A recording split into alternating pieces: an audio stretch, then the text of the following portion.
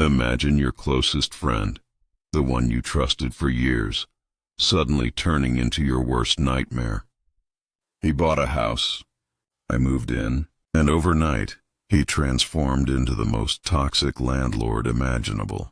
Every day it was, my house, my rules. But here's the thing. When I finally walked out, he lost everything. If you've ever had someone abuse your trust or hold power over you, smash that like button right now.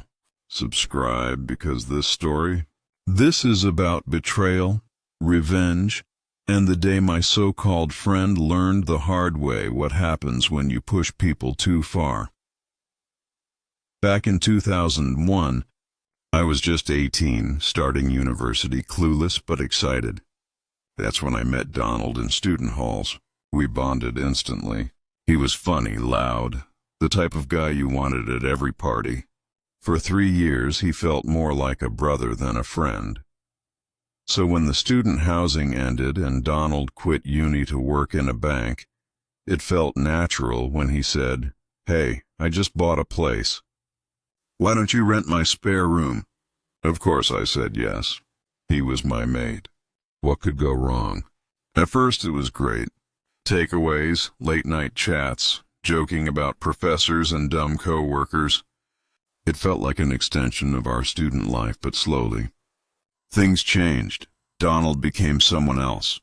He stopped hanging out with our old group, stopped going on nights out. When friends visited, he made them feel unwelcome.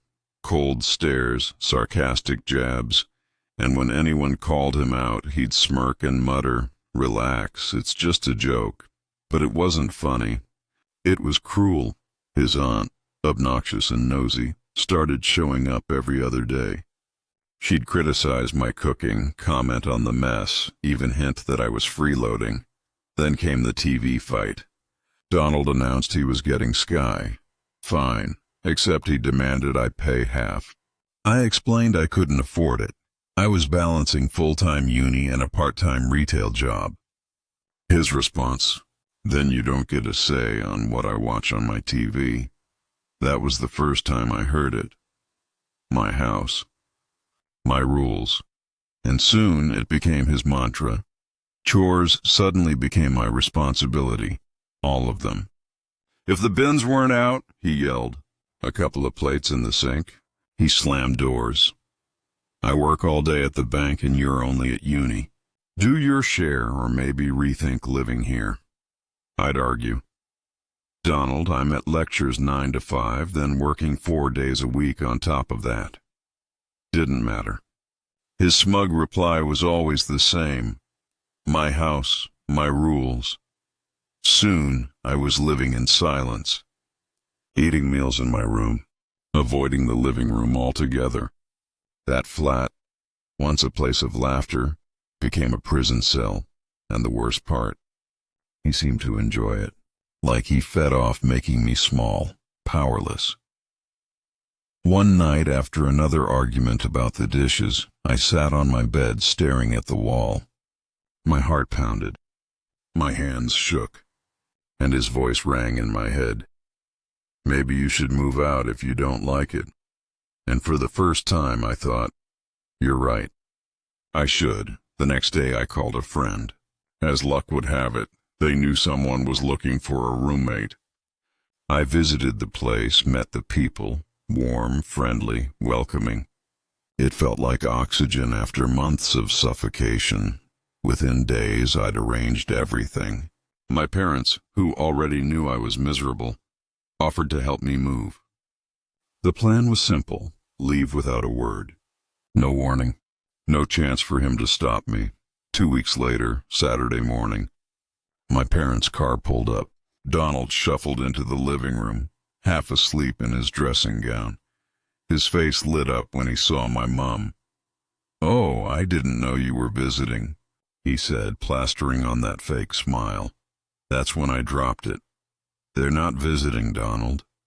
They're here to move me out. I've got a new flat. I decided I didn't want to live by your rules after all." His smile vanished. His face froze like a bad actor who forgot his lines. He looked at me, at my mom, Back at me again, waiting for someone to laugh. No one did. He muttered something and skulked off to his room. While he hid, my parents and I packed everything. 2 car trips, barely an hour, and I was gone. I didn't say goodbye. I just placed the keys on the coffee table and walked out. That evening, a text buzzed on my phone. I'm really sorry for the way I behaved. I hope we can still be friends. My reply. Ha ha ha ha ha! That was the last time I ever spoke to him. But karma wasn't finished. A few weeks later, I heard through mutual friends. Donald couldn't afford the mortgage without me. Nobody wanted to move in with him.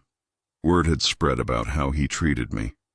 He'd burned every bridge, he lost the flat, quit his job, moved back in with his mother, the man who strutted around saying, "My house, my rules," ended up with no house, no rules, no friends. The sweetest part wasn't the move itself. It wasn't even leaving the keys on the table. It was picturing Donald, sitting alone in his empty flat, realizing that his smug control cost him everything. His home, his job, his pride. He tried to make me powerless. In the end, he destroyed himself. Sometimes the most devastating revenge isn't screaming or fighting or plotting.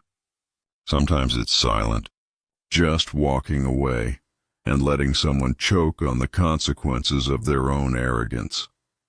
If this story gave you chills, smash that like button. Tell me in the comments, have you ever had a toxic roommate or landlord who pushed you too far? And don't forget to subscribe for more stories of betrayal, karma, and revenge that'll leave you satisfied.